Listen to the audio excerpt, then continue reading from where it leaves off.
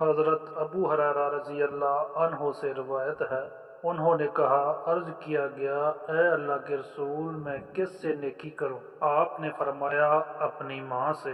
پوچھنے والے نے کہا، اس کے بعد کس سے؟ فرمایا، اپنی ماں سے۔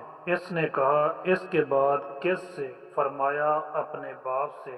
اس نے کہا، اس کے بعد کس سے؟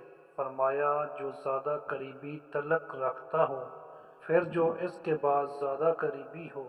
حضرت ابو ہریرہ رضی اللہ عنہ سے روایت ہے، رسول اللہ صلی اللہ علیہ وآلہ وسلم نے فرمایا، بیٹا اپنے باپ کا حق ادا نہیں کر سکتا مگر صرف اس صورت میں ادا کر سکتا ہے کہ اسے غلام پائے تو اسے خرید کر آزاد کر دے۔